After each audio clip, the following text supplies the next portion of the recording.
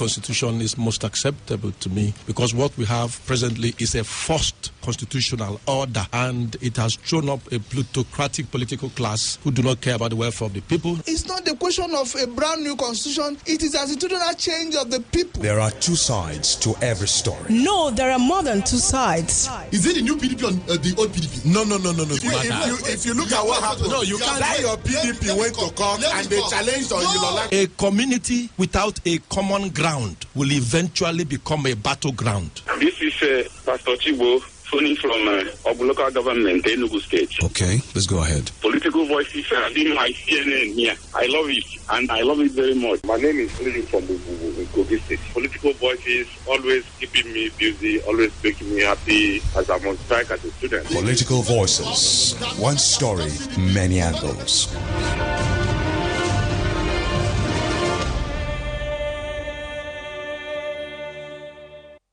It's time to recharge your 9 mobile line and stand a chance to win 1 million naira today or smartphone this hour.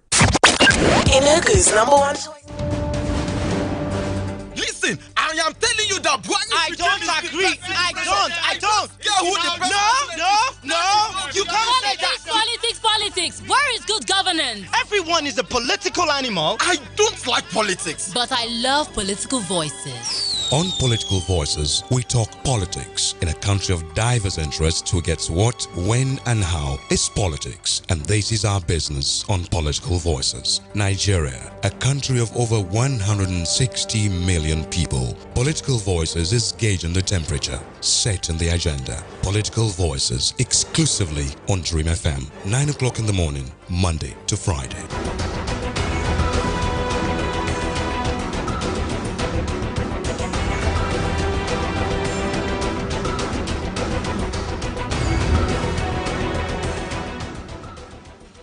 Good morning and welcome to Political Voices on 92.5 Enugu's Dream FM. Today is Tuesday. It is the first day of September 2020. Political Voices is a session of comments, interviews and analyses of trending political stories as they affect and shape the world around you. This morning our attention turns to state creation and governance in Nigeria. We will look at the issues. But before we get to that and meet our guests, there are matters arising from the political space. The House of Representatives Committee Chairman on Aviation, Honorable Noliman Naji, has appealed to aviation workers to sheath their swords and prepare to present their grievances against the airport concession before the National Assembly. Honorable Naji, who was reacting to the peaceful protest embarked by the aviation unions on Monday, assured them that both committees of the Senate and House of Representatives will assiduously intervene in the matter as soon as possible. He commended the workers for being civil in their protest and told them that his committee and that of the Senate will organize a meeting that will offer all stakeholders the opportunity to ventilate their opinions on the matter. They are, of course, referring to the issue of the Akanu Ibiam International Airport. And moving ahead, as the agitation for the South to produce the next president in 2023 gathers momentum, a former Abia State Governor and Chief Whip of the Senate, Chief Orji Uzor Kalu, has warned those clamoring for power shift that there is no zoning in the constitution of the ruling All Progressive Congress. Kalu made this known in Minna on Monday when he visited a former head of state, General Abdulsalami Abubakar, at his hilltop mansion. He said it was erroneous to believe that after the 8-year tenure of the President Muhammadu Buhari, power would automatically be transferred to the South.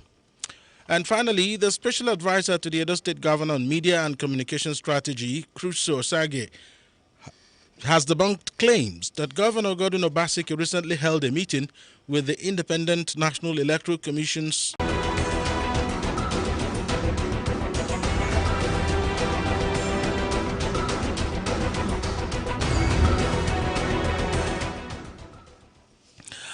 creation of states in Nigeria started way back to the time when all we knew were colonies, to protectorates, to regions, and then finally creation of states which commenced at about 1967 at the onset of the Civil War. So why do people of different regions of Nigeria clamor for their own states? Is it for political, economic, or tribal reasons? My guests will answer these and many more questions. My name is Alex Obodo. I'm joined this morning on the program by Dr. Augustine Okolie. He's a policy management consultant and public affairs analyst. Good morning to you, sir, and welcome to the program. Alex, good morning. Thank you for having me. We also have at the studio Dr. Desna Aja. He is a versatile political pundit and former head political advisory and consulting Neighbor to Neighbor Nigeria. Good morning to you, sir. Good morning. And thanks for... Dr. Okolie. All right. Good morning. It's been a pleasure. Most of the time in the past, states were created by military governments.